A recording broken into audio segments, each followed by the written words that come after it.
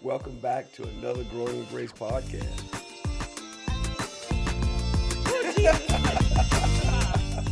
I mean,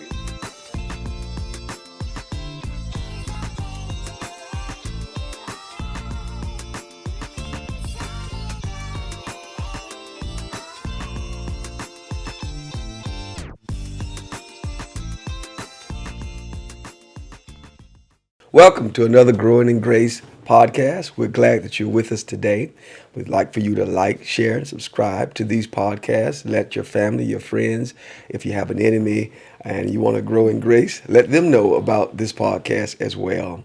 We're glad that you're with us. We love our audience. We love our guests who come to be with us. And we appreciate those that sacrifice their time to not only be guests with us, to help us to allow others to grow in grace, but those who come and view these podcasts, and we're just glad to have you with us. We would also like to let you know that if you'd like to correspond with us, you can use the email address ltgigpodcast@gmail.com. Again, that's ltgigpodcast@gmail.com. Again, we're glad to have you with us today. Today, we have a special guest, Miracle Gunn. Yes, sir. And our topic today is my mental health journey, a roller coaster. As I had a little humor about it before we started, I said, well, let's buckle up and enjoy the ride. I believe that Miracle will share some things with us that may help some others that may be on a journey. In fact, we're all on some form of a journey, one form or another, different levels. You got the kiddie ride, you got the merry-go-round, you got the screen machine. It's just different levels of the ride. Different people are on a different journey. But you're going to share your journey with us. Miracle Gunn, I'll let you just start by telling us something about yourself. So, my name is Miracle Gunn. I am the last of 11 kids. I am a preacher's kid. Yes. And I'm currently on my journey now. Well, I'm a college student.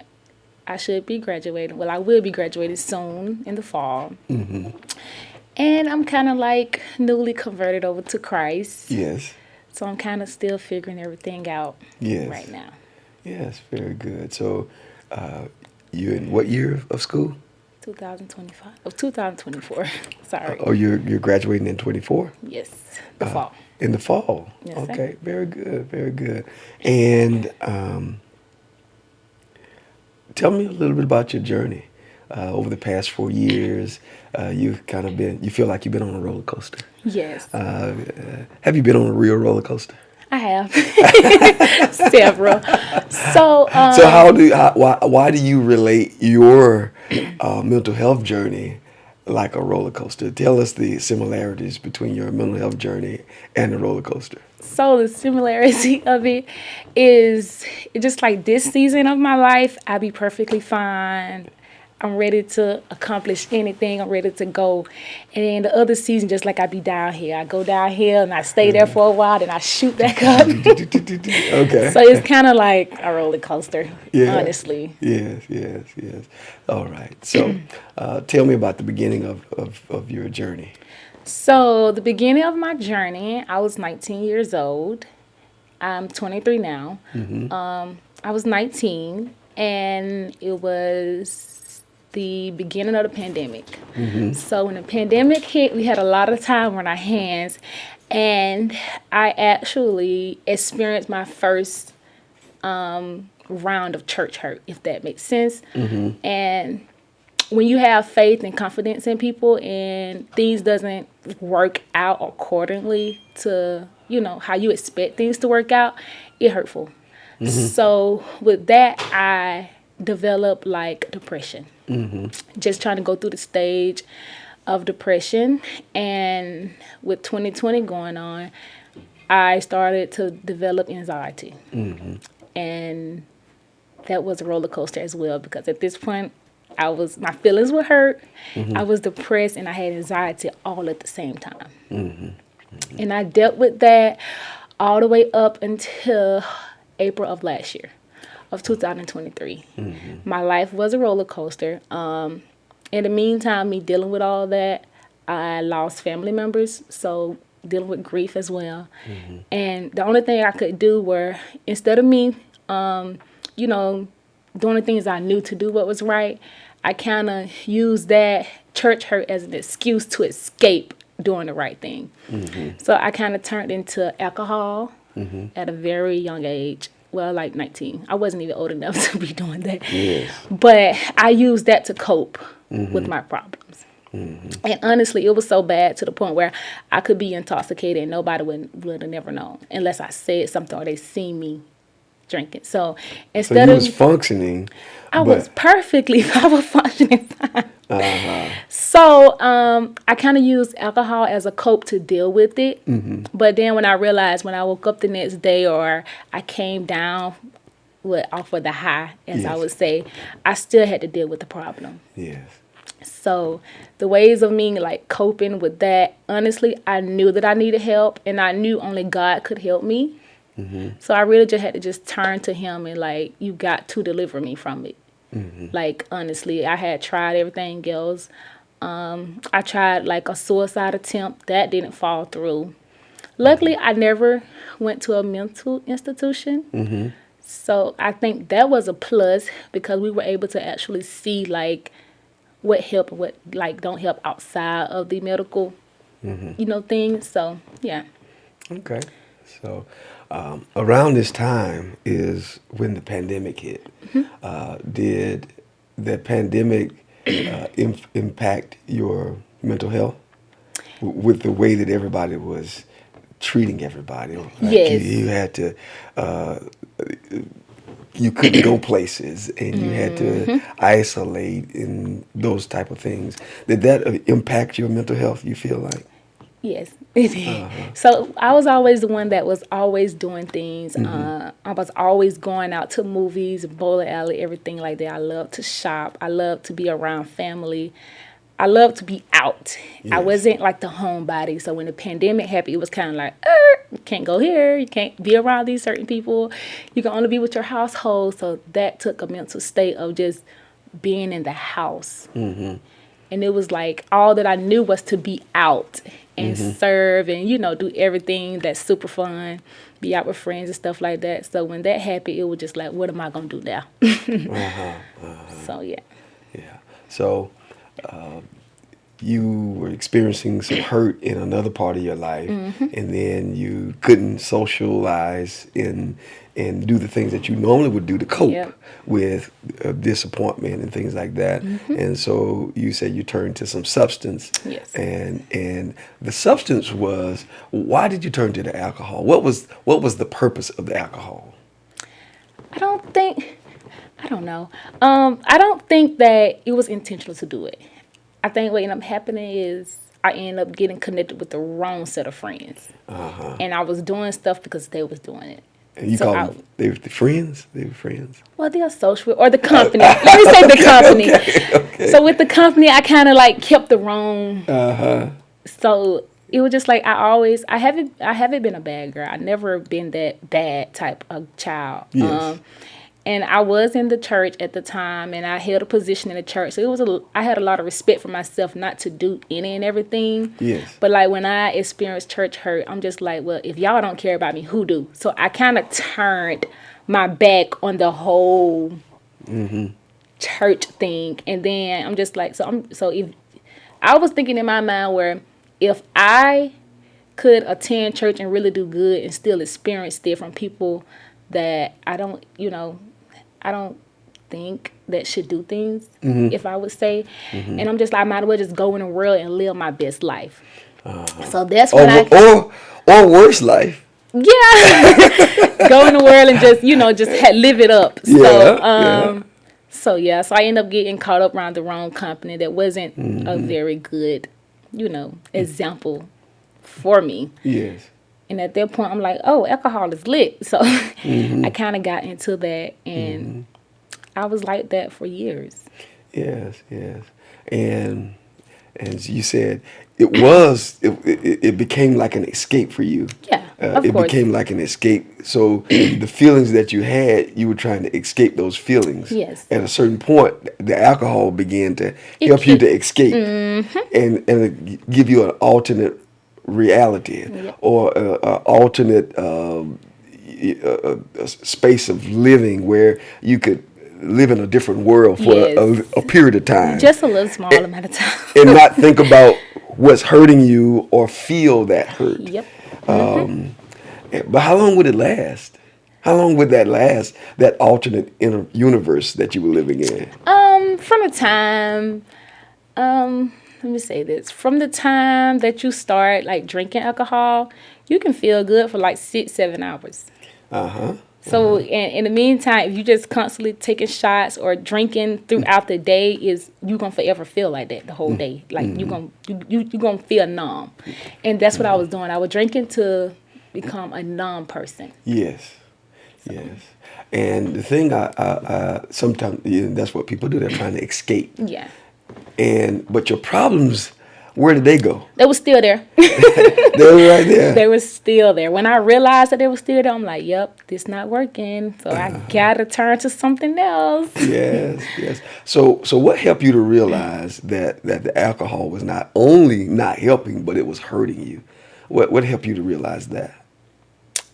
But when I realized that, it was one Sunday. I had a party all night Saturday. So after I had like been out all night, it was like 5 o'clock in the morning, and I was home, and it just like I still had the problems, and I got ready for church, and I came to church. I was intoxicated, but that was like one of the best services I've ever been in. That was so weird. Because you was high, or paid- because the service was high? I don't know. Listen, I So that had service was lit. that I was lit. Some was lit. Yes. Some was on fire. Listen, I was at church, and I knew something was wrong with me and I knew I had to change because I had rode from LaGrange to Hamilton, which is like an hour and 15-minute drive. Yes. And when I got to church, I realized that the hood of my car was up. And I'm like, wow, this was so dangerous. And I couldn't remember. You drove? Of course. Okay. Okay. I was a functioning alcoholic. Okay. But, so I drove. And when I got to church, I realized that the hood of my car was up. And I'm like, was I speeding? Then when I thought about it, I was going like 90 on back roads. And I'm like, okay, God really was with me. So when I got to church, that was like the best service. And I think Elder Gant, he preached about like people be alive, but they be like the walking dead because you don't have the spirit in you. Yes. So, and at that point right there, I realized like this is like a reality check. It's time for me to put some brakes on, you know what I'm saying? It's time for me to go ahead on to close things up because it's really getting out of hand. So at that point, I knew that I needed help from God. Yes. And in the meantime, me needing help, the devil was still fighting because he knew my weakness. Yes. And I didn't have anything to keep me. So it was just like when I came to church and I was around the saints, I was fine. I can do what's right. But when I got by myself, I was a little menace. Yes. So at this point, I just like really just buckled down and just asked God to just like deliver me. I wanted him to take it away, but I wanted to be delivered from it. Because I knew if I be delivered from it, I'd never go back to it. Right. And that what happened. That's wonderful. That's wonderful. And so, tell me a little bit about your transition. You're moving away from alcohol, and now you're coming to a place where you know you need God. Yes. And so, what does that transition look like for you? It's hard. It's very challenging when the devil know your weakness. You know what I'm saying? He knows, so he know the things that get you. So now you have to identify the things that he have a stronghold of. So you really have to trust God. So the number one thing that I'm doing now is praying. Taking time out to pray. Because when you take time out to pray and you talk to God, it's just like the devil don't have time to work on your behalf because your mind is somewhere else. It's like on God, and it's on the good and the positive things, so you're not thinking about the bad. But my transition now is it's kind of hard. Well. So I don't want to come to right now. Right now, let's look at that period where okay, I know I need God, and you know you've taken your last drink, Okay. and so now you're not using the drink to cope. You're using God, Right. or you're going to spiritual help rather than Right. the carnal help. Can you tell me about that transition right in that point? Okay. What is that like? Because now, see, Yeah. you've put in a little space between that transition.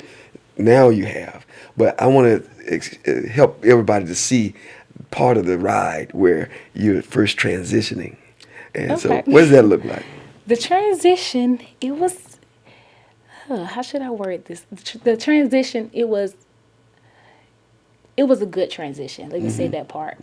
It just like, I'll never forget, like the first weekend of March of last year, I went to the wedding where my brother, he got married. So I was at the wedding. Of course, they had the open bar there.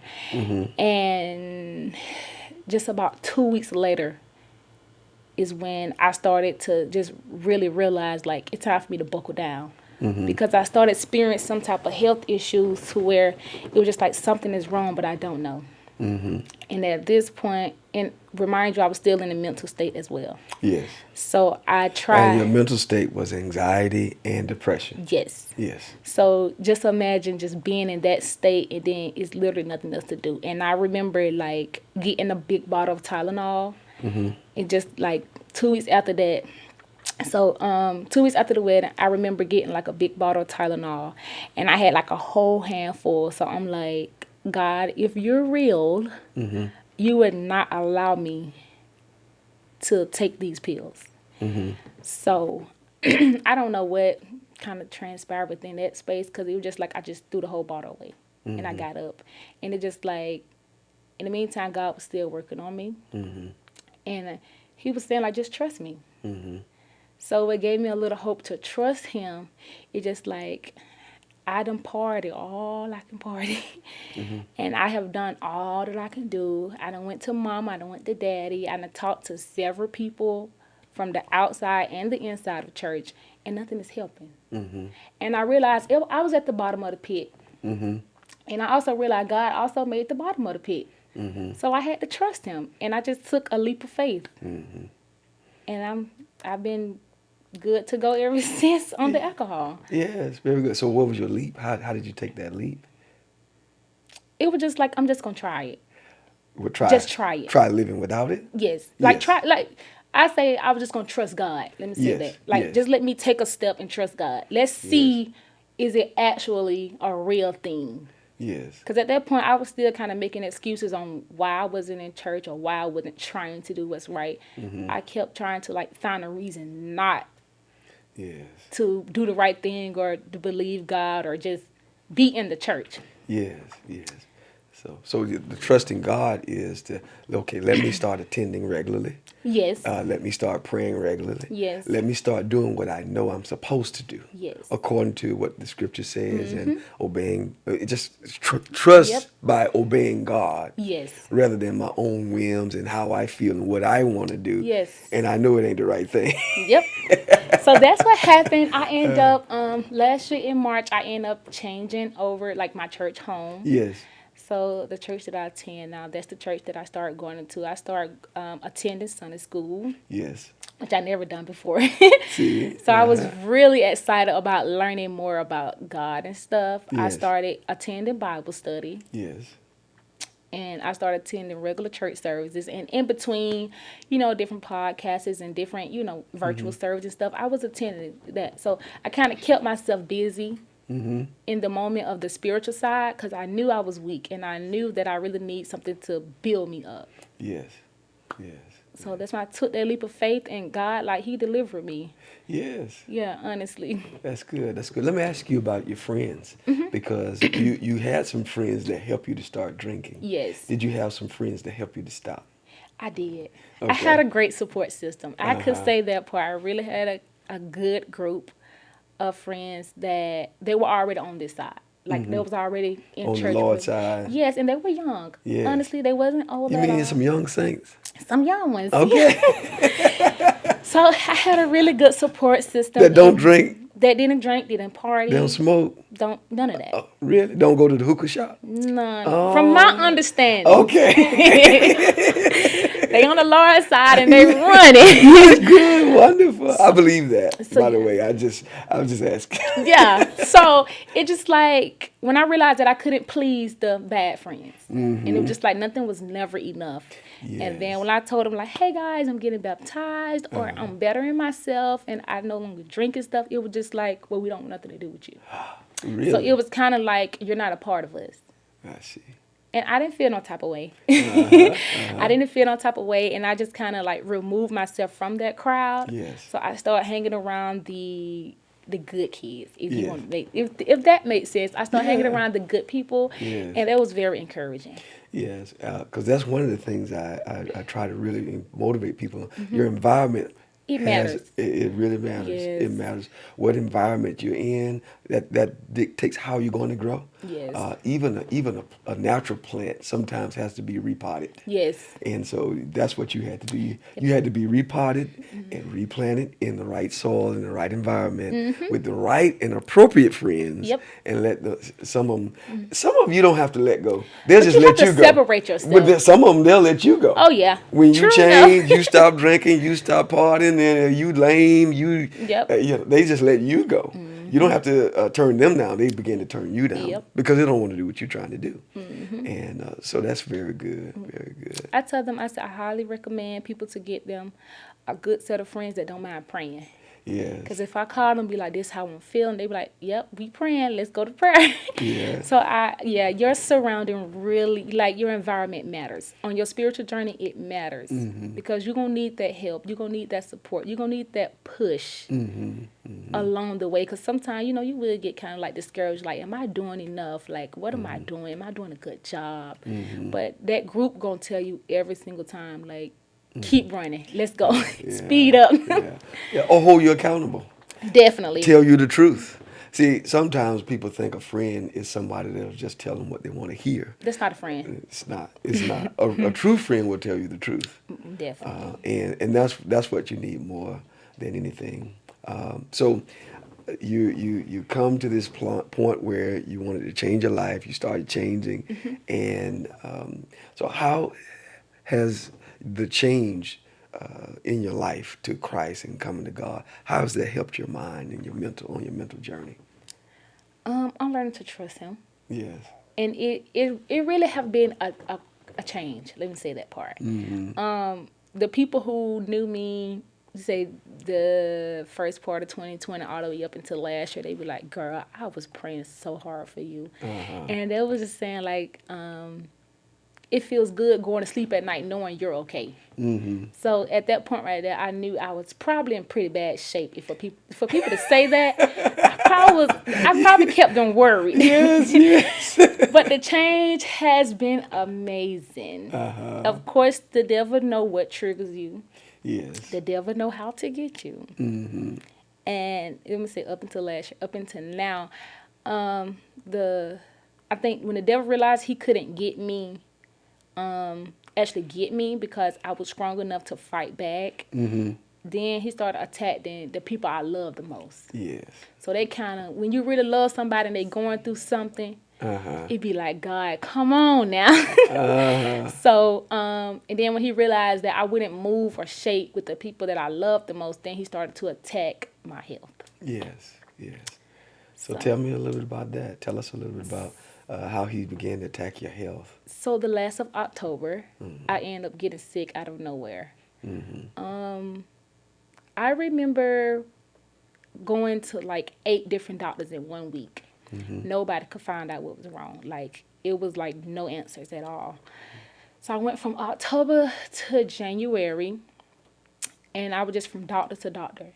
And it was kind of like a waiting game, because when you seeing specialists, they're going to put you on the longest wait list ever. So in January, they found out I had lupus.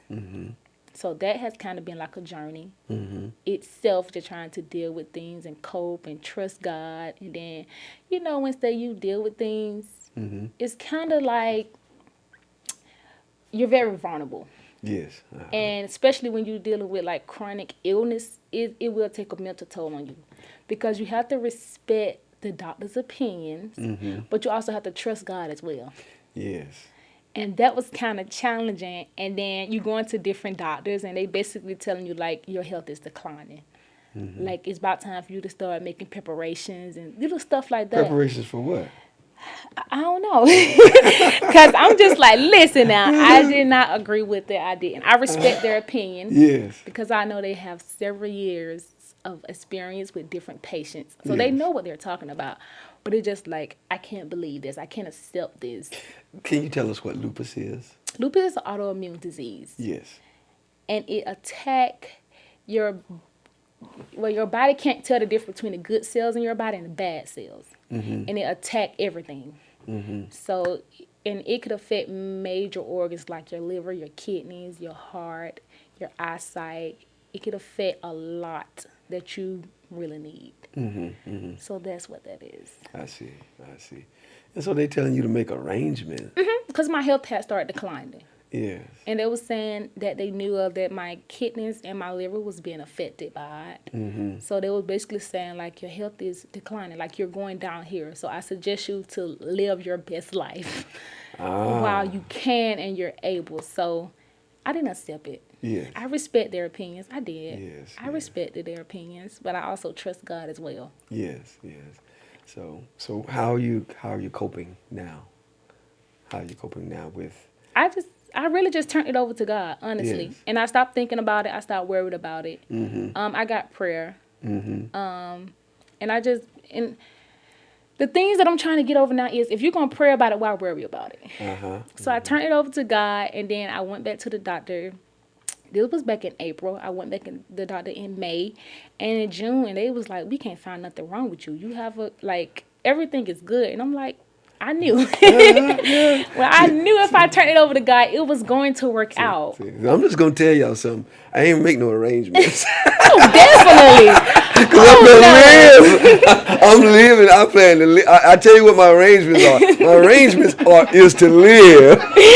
I made a joke. I said, listen, I have 12 kids to have. I don't know what they talking about. You ain't even had one of them yet. My point. And I was, I had some people that was very supportive, like, yeah, we're not going to accept that. We're going to believe the report of the Lord. And I also had some people to accept, like, from my understanding, I knew a person, they had already written out my obituary. They picked out the colors. What? And I'm like, what? I'm still here. Yeah. So I just told God, like, make them a lie. Don't let them have the final say. Come on now, come through for me. Like, Yes. And I've been fine kind of like ever since. My health-wise has been really good. Yes. Honestly. And that was the mental state of that, just hearing that and processing, like, your health is declining, you really don't have much time to live, and that was a mental toll. And it took me into a deep depression. Yes. And it was just like I wasn't able to pray how I wanted to pray. I wasn't able to attend church how I wanted to attend church. I really wasn't at work. It was just like I was losing hope. Yes. And I was telling people, they were like, get out the room, get out the bed. And I'm just like, I'm losing hope. I'm not interested in family. I'm not interested in church. I'm not interested in life. So I was in that state for like a month or two. I was in that state, and I started like listening to like songs, like gospel music. Yes. And the lyrics. It wasn't the beat. It wasn't none of that. It was the lyrics. And the time that I couldn't read the Bible, or I just didn't have the energy to do anything, I remember like listening at church virtual. I remember listening at church music and just still believing and trusting God, that He was going to like get me out of that situation. Yes. And He did. He pulled me out of the situation. Yes. He pulled me out. I was so happy. It was to the point where when I was seeing the doctor and everything like that, you have to do the little mental check on the paper. And they were just like, well, we're going to prescribe you these antidepressant medication because we see that you're in a very dark place. And I'm just like, I don't want to take it. I want to deal with the problem. I know using substance and stuff like that don't help. It only help for a little while. I'm still gonna be able to. I still have to deal with the problem. And it was to the point where they were just like, "Well, we're going to send you off to Milledgeville. We're gonna send you off to a mental institution." And I'm like, "Oh Lord, I'm finna sleep the first 2 weeks away." But then I contacted my pastor wife, and she has been more than amazing. She's been very supportive. She was just like, "You don't need that.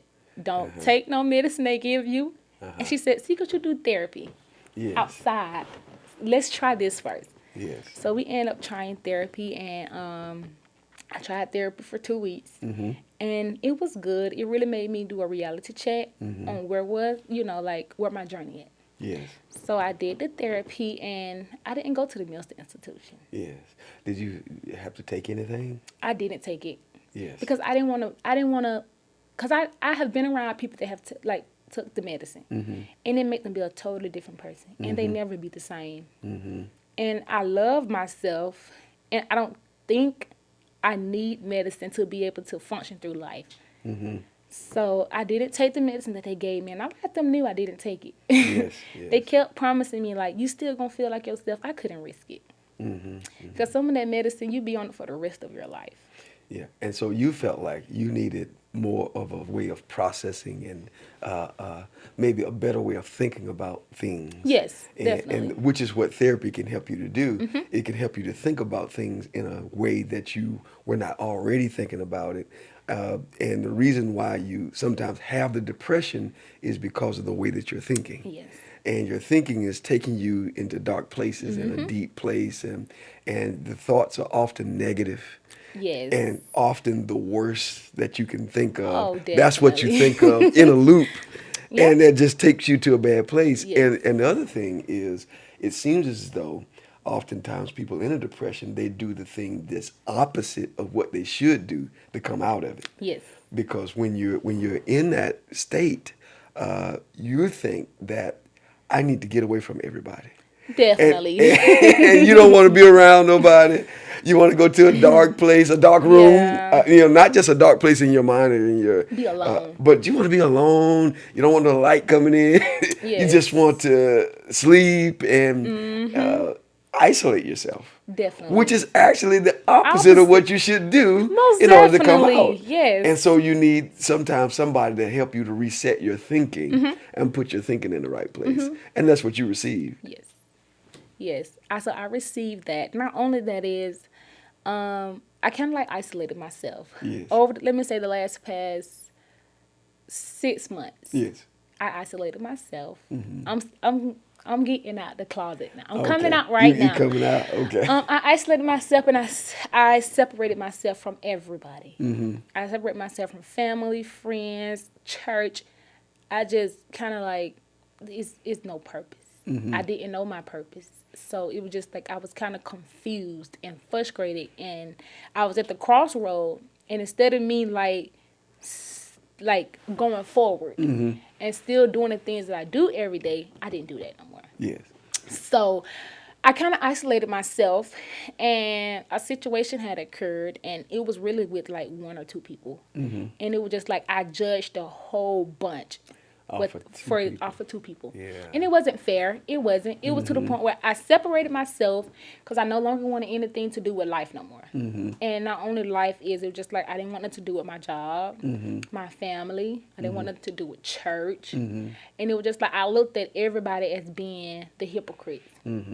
It's the whole human race. It's the whole human race. Listen, I didn't For 2 discriminate people? for 2 people. Oh Lord. Listen, I didn't discriminate. And I knew that if I confessed my fault to my brothers and my sister in Christ, I knew that I can get help. Yes. Yes. I knew that I can get help, but it was just like I was pushing help away. Yeah. And when I separated myself, and I'm like, everybody's hypocrites, and I'm just going all off the. I was all off the rail. Like Yeah.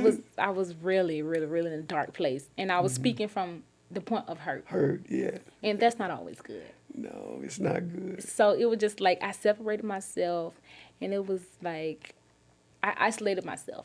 And when I isolated myself, the devil had a field day with me. Oh yeah. Listen, he had a field day. Yeah. I started making decisions that I didn't think through. Yeah. So I felt like I can run in front of a truck and I make it to the other side before he passed me. Yeah. Like I was making rational decisions. You mean irrational. Well, yeah, irrational decisions. Yeah, And your community was not there to pull you back from that bad thinking. and it wasn't that they didn't want to be there because they had to take a step back and just pray at that point because I Yeah, because pushed you them had away. pushed them away. Yes. Yep. Yes. I pushed them away, and I pushed them away. I did, and I ended up going to church, and it was just like it wasn't what the preacher was preaching that pricked my heart. It wasn't what people were saying. It was like I was reading the Bible, and the Bible was cutting me up. And I always have thought, like, when the preachers and everybody was like, oh, the word, you will find yourself out with the word. Like, the Yeah. word to find you out. Yeah. I would be like, well, oh, it's just because the preacher is preaching from the Bible. No. Yeah. I was reading the Bible, and it was cutting me all up. So I realized in that moment, like, come on, we done got so far in the field to where it's hard for me to come back. Yes. So now I'm on my way back now. I'm coming back. Yes. Yes. Look, it's the uphill journey, but Yes. Yes. Well, but you do have your community. I do. And you push your community away, but your community didn't go anywhere but right there where they are. They will still where I left them at. Exactly. and I've even told people, I'm here. I've had people to kind of, step away from me, and kind of walk away from me. But I didn't walk away from them. I'm still here. And when I get a chance to meet them, I'm like, hey, I'm here. Yeah. I'm here for you. Just come on back, and I'm here to help you. And your community is that same way. The same exact way. They're just waiting on you to receive what they have to help you with. Right. And that's why I'm just like, and I had questions. I'm just like, because I have a really good relationship with my parents. Yes. And I have a really good relationship with my pastor and his wife. So Yes. I'm like, y'all saw me out here acting a fool and y'all didn't help me. Yeah. They were just like, we tried, but if we would have done anything in that moment, it would have been in vain. Right. Because you didn't have the mind and your heart wasn't open to allow us in to help you. Right. So now that I like opened my heart and decided to just give life another chance, and not sort of give them another chance, but give myself a chance, Yes. another chance. Yes. So now that they're like very hands-on to where if I need, any type of spiritual help or advice, I can easily call their phone. Yes. Yes. I'll give you an illustration of a thing. Have you ever watched Animal Planet? Yes. Are you fascinated by lions and what they do? Not really. Not really. Well, that's one of my. I kind of like lions, but I notice lions and what they do is when you have a herd of buffalo or gazelles or whatever. Sometimes you have one of the herd that won't pay attention to the herd, and they'll get left behind. They'll be by themselves. And what you'll see is the lion is like lurking in the tall grass. Yeah. And as he's lurking in the tall grass, he's looking for that isolated gazelle or that wildebeest or one that has got Kinda away out of from place. out of place, right? The herd done moved on and they just out there just still this lallygagging all by themselves. And next thing you know, the lions begin to pounce on that isolated gazelle, wildebeest, whatever animal you want to name. And then they have their way with that Yep. creature. And the reason why I bring up that illustration is to say that the devil is that way. Definitely. He is like a roaring lion. He goes about seeking whom he may devour. And when you get isolated from your help, then that's when he's able to make his attack and be successful. Yep. Oftentimes, if you are having some illness or some sickness or some weakness, if you can stay in with the herd will protect you. Yeah, definitely. And they can fend off an attack from a lion. But you by yourself, you won't be able to do Won't be it able to make alone. So it is important to have people in your corner to help you and not isolate. So whenever that mindset come on you, if that tries to come to you again, that's just the devil trying to get you Yeah. alone so he can take advantage of you. That's true. Because just like 2 weeks ago, I was like, and I say I was in my feelings. Because it's just like, I was just thinking. And it's okay to think, but Yes. sometimes you can overthink. Certainly. And sometimes when you just thinking about everything, you're not thinking about the good and the positive in a situation. So it's just like you just thinking on the negative. And sometimes the negative could seem as if that it's outweighing the good. Yes.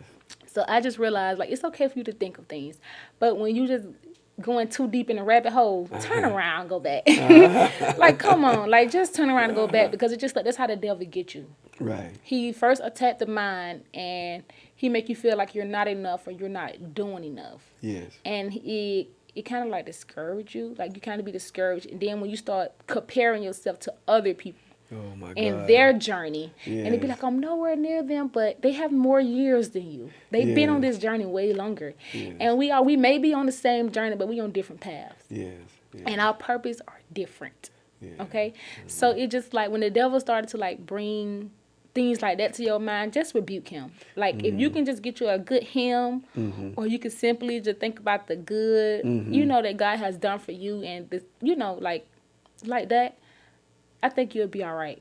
Yeah. Yeah. Well, and a lot of times people don't see the good that can come out of bad stuff. Oh yeah. And because sometimes good things have come out of bad stuff. And the Bible says this, that all things work together for good to them that love God and those that are called according to his purpose. So oftentimes a bad thing can happen, but then some good can come out of that bad thing. Yep. But what the enemy tries to do is make us think that it's all bad. Oh yeah. And it'll never be good again. And bring you into despair, and like it's bad, it's all bad, it's gonna get worse, and it'll never come to a good place again. Yep. Because that's how the devil, he kind of had be like, oh, God hates you. Then when I was praying, it was just like it was just like my prayer wasn't being heard. It was just like I was just talking to a wall that wasn't responding to me. And that's one reason, too, how, he make it seem. Because the whole time, God can be right there holding your hands. Matter of fact, he probably the one that's carrying you. Yeah. But you can't see that. That he loved you the most. And the devil, he'll have it to the point where he'd be like, God don't love you. If he loved you, then you wouldn't be going through this. You wouldn't be here alone. But the whole time, you have everything you need. You just have to tap into it and use it. Yes. So, you've been on this roller coaster. How do you feel now? Or do you feel like you're still on the ride? Or do you feel like you've unbuckled and got off? I still feel like I'm on a ride. Honestly, I feel like it's slowing down. I feel like we're going to be at a stop. We coming to a stop pretty soon.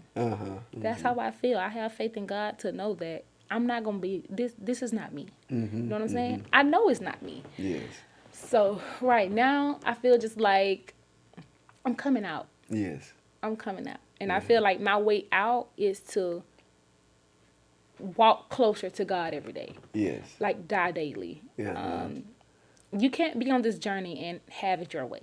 You can't. You have to be willing to go through. Like you have to be willing to put your pride aside and say, well, hey, it's not me. It's really God's way. And after you get past that, then you'll be all right. Like you'll come out. Okay. Well, good. Well, I'm glad to hear that you've come from a long way. Yes. And you have the support that you need. Yes. And you're actually allowing that support to support you. Yes. Rather than try to abolish and get away from all your help, you're allowing it to help you. Yes. And so what advice would you give to somebody that's going through anxiety, depression, they're feeling like they're on a roller coaster? What advice would you give somebody? Trust God. Trust God. Pray. Yes. Read your Bible. Change your community. Yes. You need some, I would say, some rooted and grounded saints in your life. Yes. You don't need them little new ones who's probably going through the same. I mean, I'm not going to say you don't need them. Little new ones. Listen. That's funny. I'm not going to say you don't need them because, listen, I'm not saying you don't need them, but you need someone that's already rooted and grounded in Christ. Okay. Yes, ma'am. Listen, you need somebody who can get a prayer through quick. I understand what you mean. And I mean, honestly, I highly recommend is being faithful to God. Yes. Because when you're faithful to God, He have no choice but to look out for you. Yes. You have to give God something to work with. If you're living a life that's not pleasing to him, it's a possibility that you're not going to get what you want from him. Yes. Yes. That's a great possibility. But when you know you living a life that's pleasing to God, Yes. you can about say without a shadow of a doubt, God gonna come through every time for me. Because you don't want to be stuck in that place of being weary. And it just like I don't have nothing to offer you, but I want something that I really need. You know what I'm saying? So I highly recommend you to trust God, get you some good prayer warriors on your team. Get that great support system of the prayer warriors. Yes. Because when you have the good prayer warriors, the devil can't bust through them to get to you. And you need a great relationship with God yourself. You need to be in position to where you can get what you need. You can't always depend on everybody's prayer, but you need to be able to get a prayer through yourself. For yourself, that's right. You need to be able to pray at any given second of the day. You should be able to get a prayer through. And other than to be able to accomplish that, you need to live an upright life before Christ. Right. You do. Right. And that's really the way. That's the way. But we do have a situation where it's not just your roller coaster. Other people, they're riding on that with you. Yeah. I mean, you may not see them other passengers. They back there. Listen, have you ever been in the front part of a roller coaster, but you can't look back to see who's behind you? Yeah. Well, that's where you at, huh? That's where I'm at.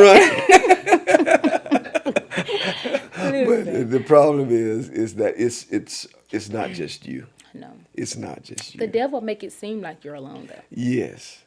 But you're not going through by yourself. You know, there's others. And in fact, one of the reasons why we're having this conversation is to actually give some hope to other people. Oh, yeah. And I want you to maintain hope because you're still in a place where you need the help and the support. And one day you'll be one of them. You won't be one of them little bitty new saints. No, I won't. I won't. You'll be. I believe that you'll be one that's actually the prayer warrior for the ones that's coming along. Yep. And you'll be helping some of the others to get off their roller coaster. Yep. You know, and sometimes the reason why you're going through a thing To help your sisters and brothers. exactly, it's not just about you. It's not just about you. A lot of things that we go through is not just about you or us. It's about the bigger. It's a bigger. God may have a bigger purpose for us. Yes. And it's to edify somebody else. It's not just about you. Yep. You know, I even think about Joseph in the scriptures, how he went through several bad situations where his family was jealous of him. You know Joseph, right? You've been going to Sunday school, right? No, not lately. Okay. See. Well, we got to work on that. Definitely. But do you know about Joseph? Yes, a little. Yeah. Okay. So. Nuh-uh, please don't ask no. Okay. I'm not gonna put you on the spot. Listen, I don't know if I remember the whole story, but Yeah, but Joseph, he had these brothers. He was one of the youngest of Jacob, his father, and his father loved him specially, and made him a coat of many colors. And his other brothers, they were jealous of him. They took him one day when he came to see about them. They took him, threw him in a pit, and eventually sold him into slavery. So he's in bad shape. He's been sold into slavery. When he got into slavery, he began to work in his master's house in slavery under Potiphar, and his master's wife wanted to take him and like him because he was beautiful and handsome, and she wanted him to lay with her. So one day she tried to take him, and he wouldn't do it because he was an upright man, and so he ran out of his coat. So he got accused of trying to take his master's wife. So he got thrown in jail. And while he was in jail, he became to be a leader in jail, and he was leading things in jail. He interpreted some dreams for the baker and the butler of the king, and eventually he was able to interpret the king's dream because the butler was restored to his rightful place. So he interpreted the king's dream, and came to a place of prominence and was able to help many people because a great famine came. Famine, 7 years of plenty, 7 years of famine. And he was able to save many people because in the 7 years of plenty, he was able to store up the corn and provisions Yeah. for not only Egypt, but for even his family, which were outside of Egypt. And so he saved many people because of what he went through. His brothers thought that they had done him so wrong. So when their dad died, they thought that Joseph was going to get revenge. And Joseph told them, says, the thing that you thought was evil against me, God meant it for good, to save many people alive. And Joseph, out of all his bad situations, he kept coming to a good place. And ultimately, his good place was to help other people. Amazing. And my point in bringing that story and taking the time to share those pieces of the story, I missed some pieces, but just to give that synopsis of Joseph is to say to you, sometimes on your roller coaster, you're up, you're down, you're up, you're down. Just have hope that one day there's going to be a benefit to not only you, but other people. Yep. And other people are going to be blessed because of your testimony. Yes, sir. Do you believe that? I do. I do. I know. Well, yeah. A lot of people, they tend to like ask me questions like, "How do you make it with lupus?" Yeah. Like, cause everyone that I know with lupus, and I have done my research, they're in bad shape. The hospital is their second home. But I'm still able, I may have pain in my body, I may not have the energy, but I'm still able to get up and go to church. I'm still able to get up and go to work. I'm still able to do for myself. Yes. And I be looking like, it's taking everything in me to be here right now, but they have faith and hope in me. Like, if you can do it, I can do it. So they tend to ask me, like, how do you make it every day? Or how's your mental state? And I'm able to share with them, if you trust God and put your faith in put everything into God, He going to come through for you. But you also have to live a life that is pleasing. Yes. You have to have something to give God. You have to. Yes. Wonderful. Wonderful. I really appreciate you coming and sharing your story. Thanks for having me. Yes. I enjoyed it. Yes. I enjoyed talking with you. And I love your name, Thank you. Miracle. And it is a miracle Yeah. that you are here because of one of the stories that you shared with us, how you drove that car intoxicated 90 miles on the back road. I'm telling you. And if you know anything about Conscious Road, going that fast, listen, a disaster. So I am grateful to God that He still have you here today. Yes. And you're able to share your story and edify somebody else. Yes. And so we're glad that you're here with us. Miracle Gunn, we applaud you for being here and being brave enough to share what you've been going through, Yes. the roller coaster you've been on, and perhaps you're still on, but you're getting the proper help with your pastor, who is, Elder Runners. and his wife, who is. This my grandma Jenny. Shout I call out, her my shout grandma. out. Look, I'm the only person could call her that. Yes. Well, Grandma Jenny.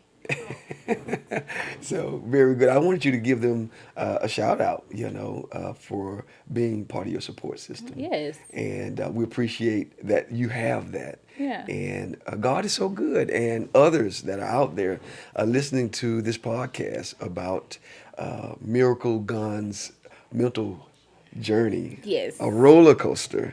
I want you to know that there are some things that you can do to begin to help you in your journey. There is help for you. There is hope for you, and God is. And I can put more to that, but the reality is that God is. And to say that God is means that God exists, Yes. and He's willing and able to help you. And so God is able to bless our minds. He wants us, He come to give us love, power, and what kind of mind? Sound mind. A sound mind. A sound mind. And so thank you. Thank you. Thank you for having me here. Yes. Penn Foster. Accounting.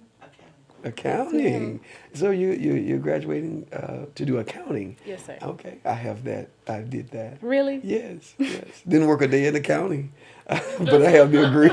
Please don't tell me. It was useful. It was was? useful. Yes, I've done analytical work with that, and it helped me with that.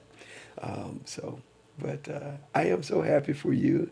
I don't think that's what I want to do. I think God know I need to manage money Yes. a little better and make better financial decisions. So I kind of got pushed into that. I see. Well, I believe there will be a benefit. And Yeah. the good thing about accounting is it doesn't only benefit corporations and organizations. Everywhere. There's a personal benefit. So it can benefit you in your personal life. Yep. I agree. So we can keep talking, but I want to close with our audience and let our audience know that we can also be a support for you and help for you. And if you have a concern or a question or need some help, you can email us at ltgigpodcast@gmail.com. Again, that's ltgigpodcast@gmail.com. We're glad that you've been with us today, and we're going to ask you to like, share, subscribe to this podcast, and come back next week for the next podcast. Until next time, God bless you.